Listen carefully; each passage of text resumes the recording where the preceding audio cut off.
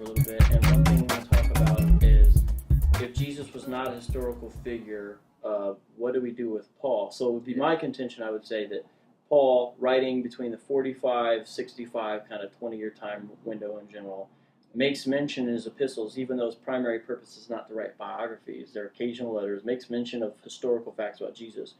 David, in general, I think would say those are interpreted wrong or interpolated.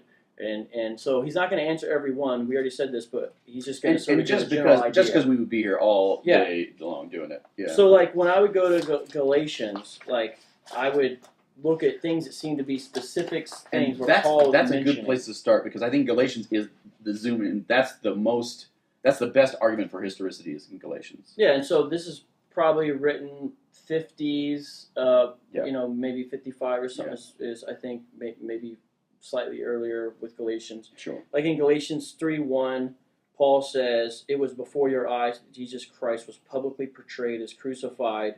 And that's an interesting thing, that he was publicly portrayed as crucified. He doesn't say, before your eyes, you heard that before your eyes people were proclaiming this. Okay, well, but anyway, you've got eyes and you've got public. You. Christ redeemed us from the curse of the law by becoming a curse for us, for it is written, curses everyone who hanged on a tree. So it's saying he was hung on a tree, and then it says, and here's the scripture backing for it. Galatians 3:16, which talks about Jesus is the offspring of Abraham. Galatians 4:4, which says God sent forth a son born of a woman, born under the law. Let me stop there for a second, because that's an interesting thing too. Yeah. The fact that he has to say was born of a woman, that's such a weird, bizarre thing to say about anybody, unless you're talking about a demigod already, who had a divine father and a mortal mother. So what's the evidence you would have? You would say that Paul It's just an observation. It's just an observation. Because, the context is, Jewish understanding, not pagan. They don't have physical gods who are going around impregnating human women in Jewish context. In a Jewish context, but Paul's not your typical Jew either. He says things that you wouldn't get from a Jewish context. He's the apostle to the Gentiles. And we were talking about that yesterday, about the Kyrioi and the Lord. The Lord, and that he was saying there are many Kyrioi and many gods and many Kyrioi, but for us there's only one. Well, the thing is, I guess you could say, hey, I have a question about that, but we would just say, born of a woman, that's a hint towards the virgin birth. It doesn't say born of woman and man. Wait a second. Oh, well, I don't know. That seems reaching. Here's what I'm saying, though. Because Paul never mentioned anything about a virgin birth at all. Let's just say for a second, you're a Christian, and you believe the gospel accounts about Jesus, and then you read this. How difficult is it a stretch to say that's a hint towards the virgin birth, born of a woman? But it looks like the earliest witnesses we have, or the earliest traditions, I'd say, didn't include a virgin birth. But here's the thing. If you have Paul believing that Jesus is a heavenly being who was never physical, what do you do with born of woman, born under the law? What do you do with that? That's what I'm saying. Earl Dory would answer this very well, and Richard Carey would too. If you look at Jewish writings like the Ascension of Isaiah, they have this idea that there's these levels of heaven. Like Paul mentions, somebody went up to the third heaven. They believe that in these heavens, there's everything you have on earth, like we see in the book of Hebrews. There's a holy sanctuary, a holy high priest in heaven, and there's heavenly flesh. There's trees, everything we can find on earth. You could even die and be buried in heaven, Is there the law up there too? Sorry, the law. The law? Yeah, born under the law. Is there the law in this heavenly realm? Well, that's kind of a conceptual thing. I'm talking about physical things like him. So there's birth. Him being born. There's him birth.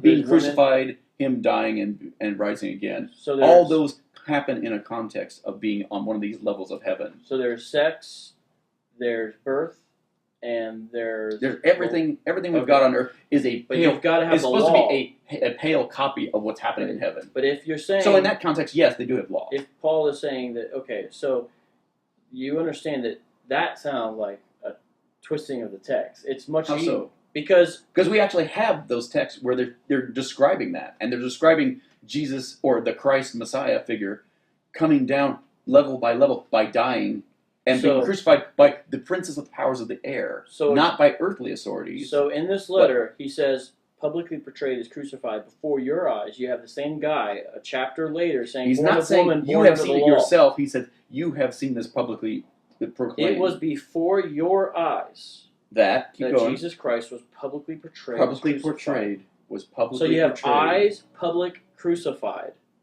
Publicly portrayed. So That's what I'm saying. Not saying what does it mean then? It's you're not saying you've seen him be. Even though it says it was before your eyes. For instance, like in the verses where he says that up till now the Son has been a mystery hidden away in heaven, but now he's visible on earth, even though this is after Jesus is meant to have died, through revelations and scriptures and the words of preachers like himself. We see that repeatedly said. Do you see how it feels like you're not answering publicly portrayed in this phrase Well, you keep before your saying eyes? that's to say that he's saying that you've seen this. He's not saying you've seen this. Before your eyes. He has seen you see other Christians portray this.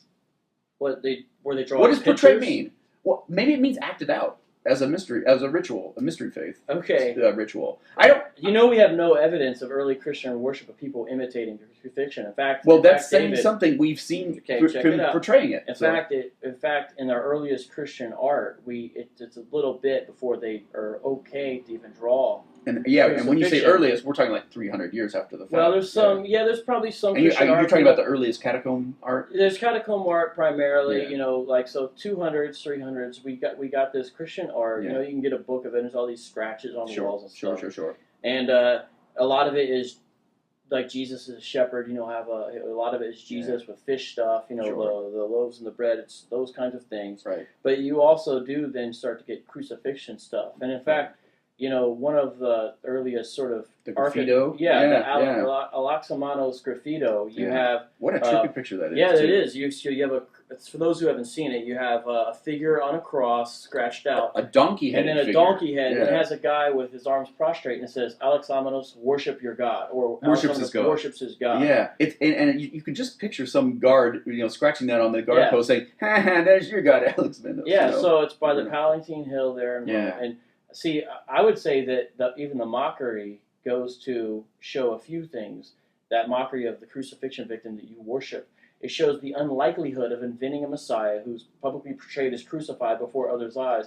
And it shows how it was a sore point for Romans to say, look at your God. He's a crucified, and they put a donkey's head on it. Yeah. Which actually goes back to making fun of Jews as well. The whole donkey thing.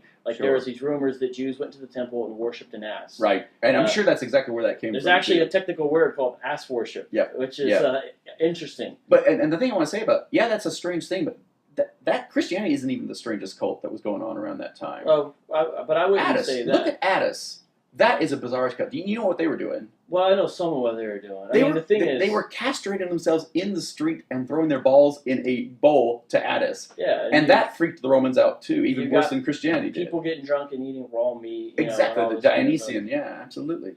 So I'm just saying, you can't say, no one would ever think of that, because people thought of all kinds of crazy shit in the first century. I'm not saying that Christianity was the weirdest one, and therefore, look, it's still... But it's not, I'm just saying, it's not so weird that no one would have imagined such a thing. So there would be a disagreement. I will say, no one would have imagined to say the Messiah, the Jewish Messiah, is going to be crucified on a Roman cross. Except those Jews who started saying, you know what?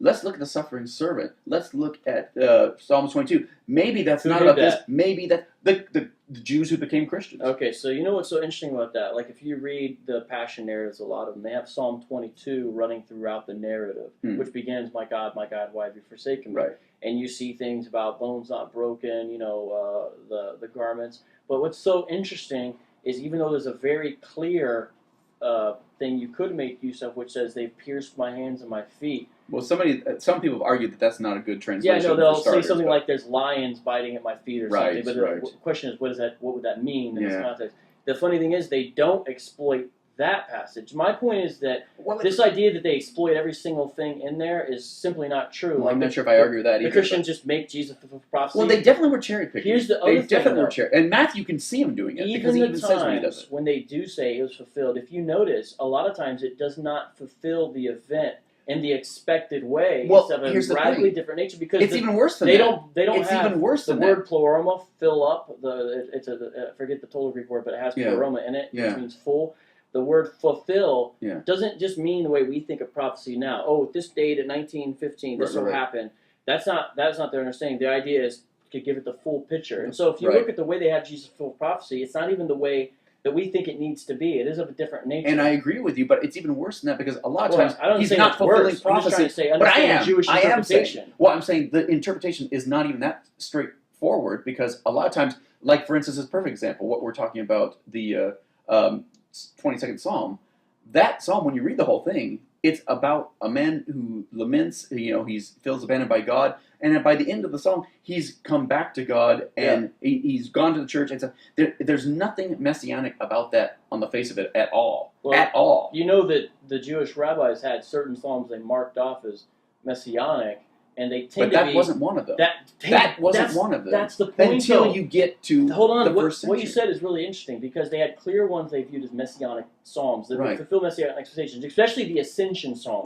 I will ascend the throne. Absolutely. Here's what's so interesting. That's my point, is the radical reversal to now the Christians saying, no, the suffering servant, these getting beat and shamed. You're absolutely right. You're absolutely right. These apply to the Messiah. And when did that start? That started when the warrior Messiah, who was going to come and restore the throne of David and take over the world, they had oodles and oodles of messianic prophecies like that. They all failed because Rome kicked their ass, the Greeks kicked their ass, Israel kept getting, its ass handed to it. And so those messianic military messiahs, those were a non-starter, They just couldn't win. But when they said, oh, here's what really happened, and we saw this with like Harold Camping when he tried to predict the end of the world, and then said, like every other crazy apocalyptic preacher who gets caught with his pants down afterwards, oh, well, it was a spiritual judgment. We didn't see it, but it happened in heaven or something. It was terrible. Here's the thing, though, David. And it's exactly the same thing. Yeah, you're saying it's prophecy of the fact that here's the thing is, though, those early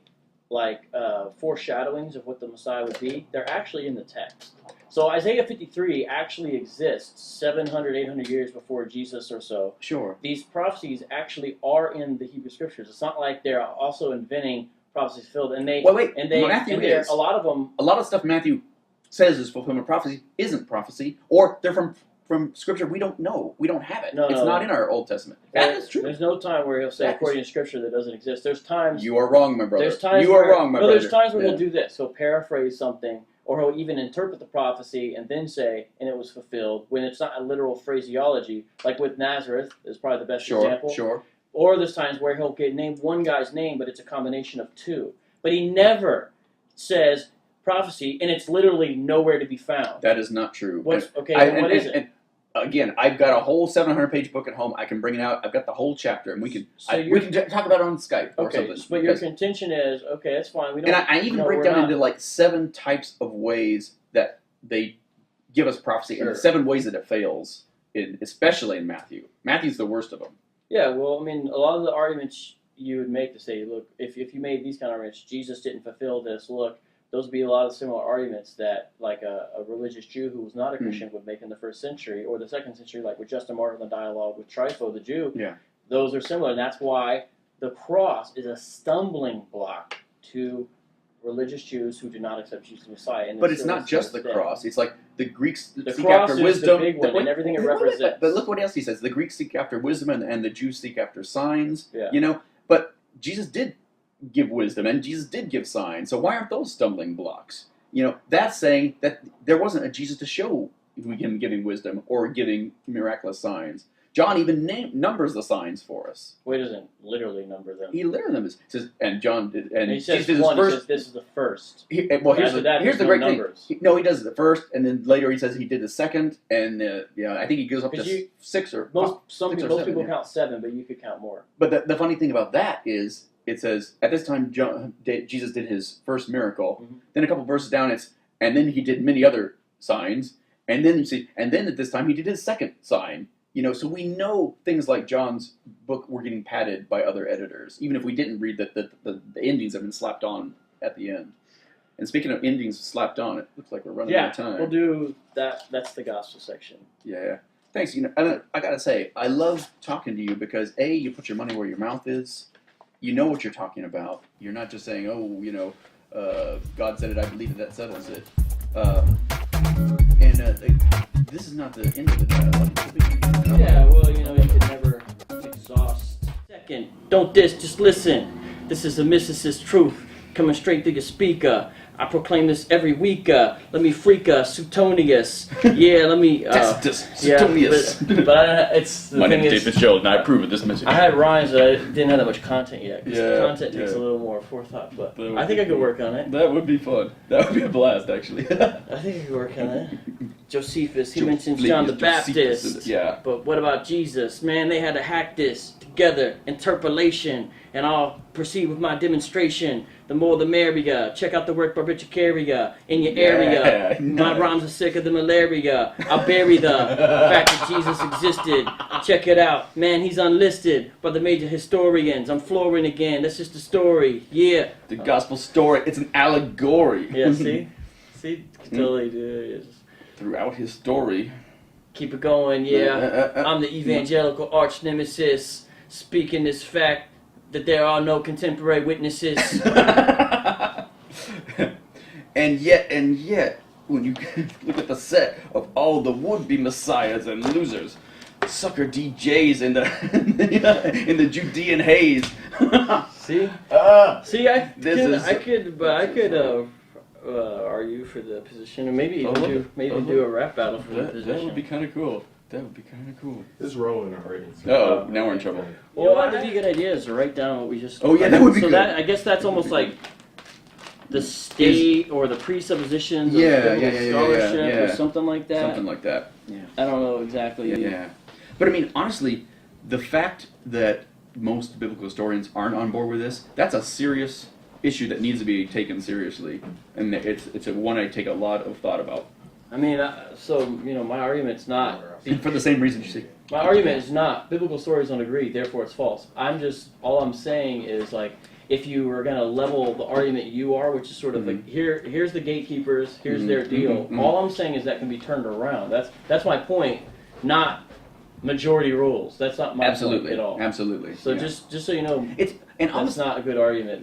That's not the argument I'm making. I hear I'm you. just saying. I hear you. If we're gonna say it's their motivation, we can just flip that around. That's what I'm saying. Does that make sense? Yeah, absolutely. Yeah, the motivation is it's kind of a slippery slope. Well, so okay, that was good. I mean. Yeah.